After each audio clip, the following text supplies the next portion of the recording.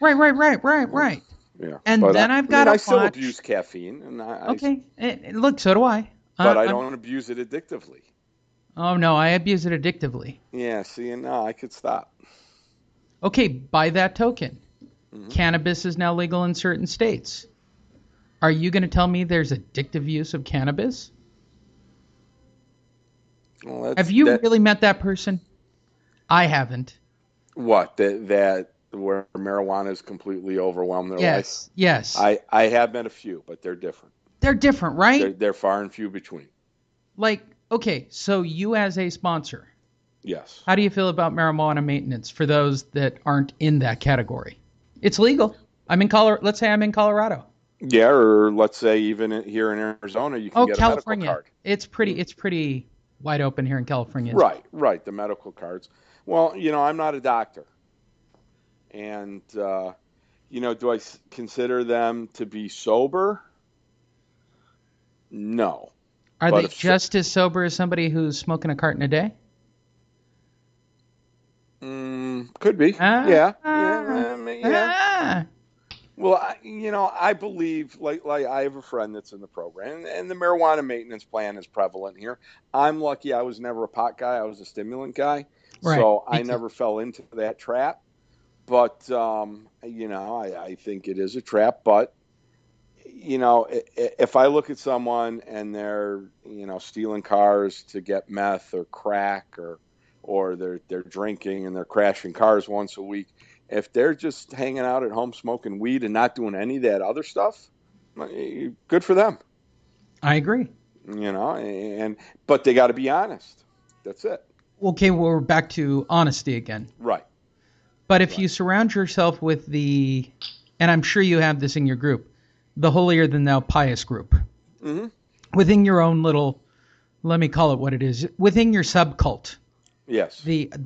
are you the grand leader of your own cult? No, not even close. Oh, you're not. No. See, I assumed you were the leader of your cult. Mm, no. Well, I don't know. See, locally I'm here, definitely the alpha, but I oh like, no, we have, I like watching other people, fall into all the drama. okay. So there Yeah. is a leader guy that everybody hangs on we have one in my circle. Yeah. My circle just got mad at me. We did an intervention on one of our members that's taking tramadol, and she's like, "Well, it's not a narcotic," and I'm like, It "Well." is. I'm like, it doesn't matter. You brought pills into another addict's house, and they have children. That's bad. Yeah, I'm Yeah, like, that's the only bad side there. and then they say they're not doing them. So I'm like, okay, then you're selling them, but you were house sitting, you brought it into another addict's house, and they have kids. Yeah, I'm it's like, just I don't, yeah. I mean, all the other, drama and he said, she said, they said, we said, is irrelevant to me. okay. So following that, all those trains of thought, medication for the purposes of dual diagnosis and or clinically diagnosed situations. The infamous old school, if you're taking anything, it's a relapse.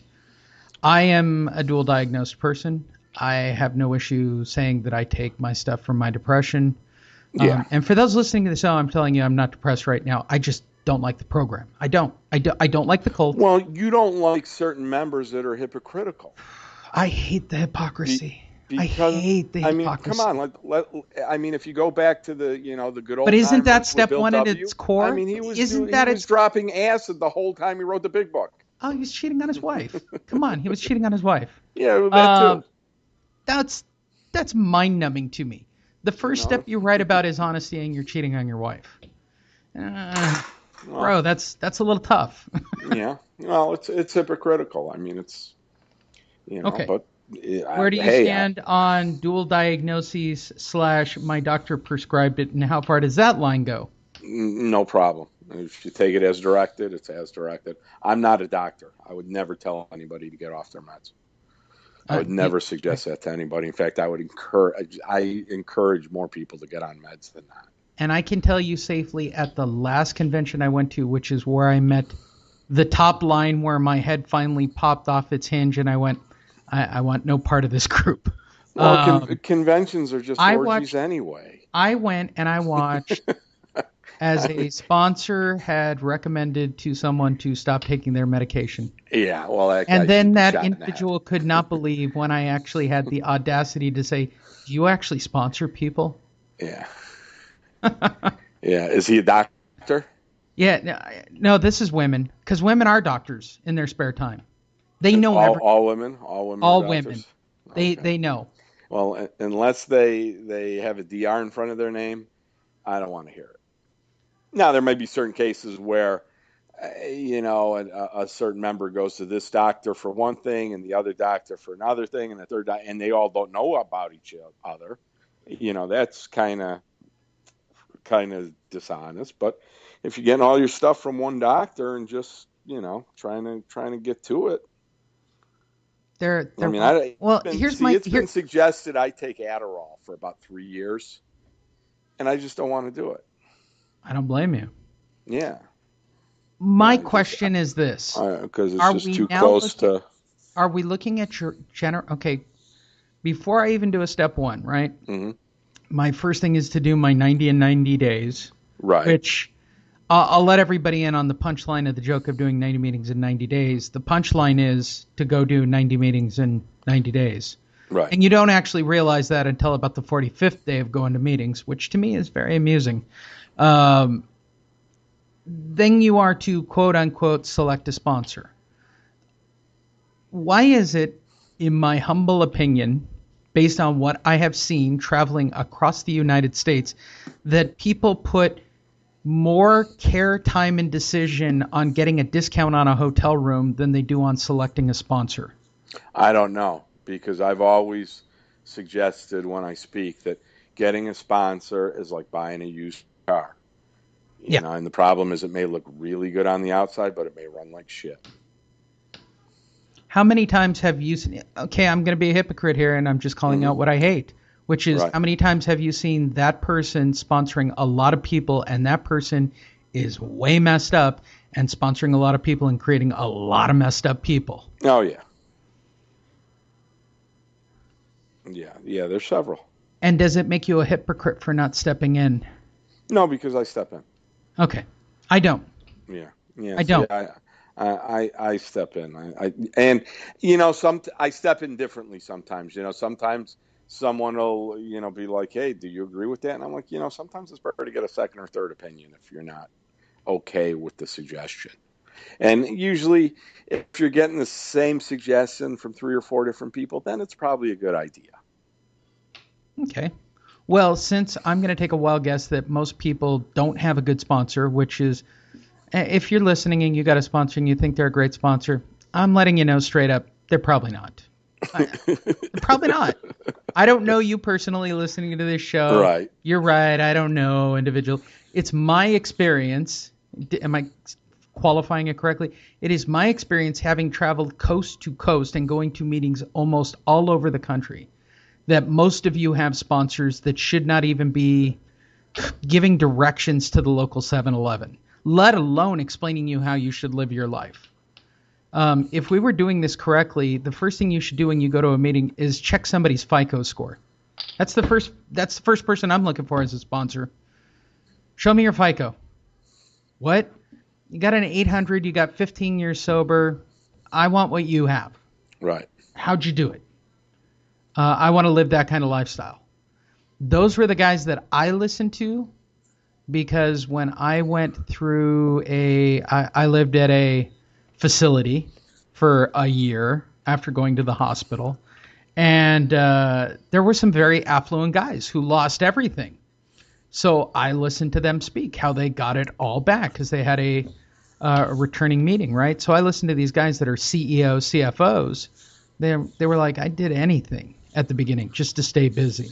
Mm-hmm. Because, I went and made hot dogs at Dodger games type stuff. And it was mind-boggling to me that they had to do that after losing their jobs completely and is really at the core of starting with step 1. Okay, you got to be honest and you got to do all the inventory stuff. But from the very beginning of getting sober, is it learning how to be fairly institutionalized and learning how to be a normal human?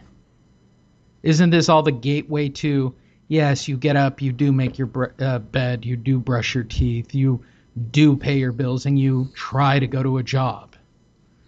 Isn't that ultimately what we're trying to carve ourselves into? Yes, to become a productive member of society. Okay. To do that, the first task within step one is to go through the consequences of what we have done.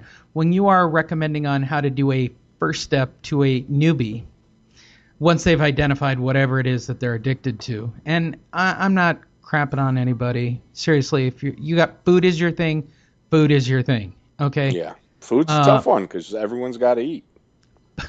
All of them are a tough one. There are a couple at the top of the list: food and yeah, I could see that happening. Yeah. My problem is that step one is about honesty, no doubt, and that it is the hypocrisy. Like everybody's forgotten, step one is about being honest. I live my life by a brutal honesty code. Like when you're asked a question, you answer it. There's no substitute. It might hurt. It might not feel right to do it, but honesty is generally the best policy, in my opinion. There have been very rare cases where I have not used honesty. And that is only because I'm trying to protect somebody else's feelings, not my own. I could care less. I've already been through it for too long. So it's usually to protect somebody else and how they feel. So how do you normally have somebody do a first step for the first time? Well, usually it starts with why are you here? And, sometimes it'll be because of probation. Sometimes it'll be because of the girlfriend. Sometimes it'll be because, they know that they're going down a road that they don't want to go, that they just don't like the way they feel. And that's part of how I go about after that. Sometimes a timeline is a great first step. I'm from the old school. I've seen like NA workbooks. Now I think I got clean before the NA workbook, and I'm glad because there's like 70 questions on that first step. I mean, that's an intense first step. I mean, to me, my first step is I can't do this anymore.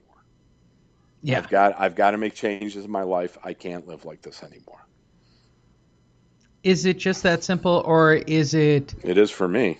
I agree, and it is for me. Now, I've done it a couple of different ways, probably but why we've been the most sober. I agree. The general consensus that I have seen for a first step is generally writing out a drunkalog, timelining from the start to the last. Is that pretty much your understanding? Yeah. I mean, there's goods and bads, but there's big events. Like for me, it was all the times I should have died.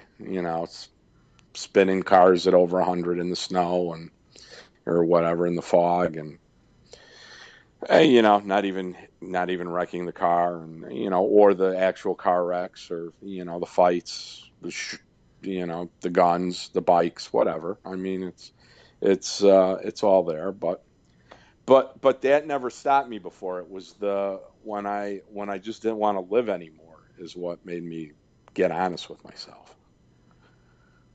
Okay. So here's my big question. And I can go through these individually, but the one overwhelming thing about the program that I don't enjoy the most is that it's basically a religion. It is to many. I'd say 9 out of 10 people treat the program like it's a religion. Would you not agree? Are you Yes only and gonna no, because are you only putting it there's at 80%? well, first of all, I mean, I'll be the first one to admit it's a cult. Yes, But it is. but there's other things that are cults out there that we don't know. I mean, Bloods and Crips are cults. The Hell's Angels and the Vagos are cults. Uh, you know, Country and Western line dancers are a cult. I mean, the Wednesday Book Club, whatever it is. I mean, all a cult is a fellowship of people with similar interests. You Okay. know, and that's and hopefully if you're in a 12-step program, if you're an alcoholic,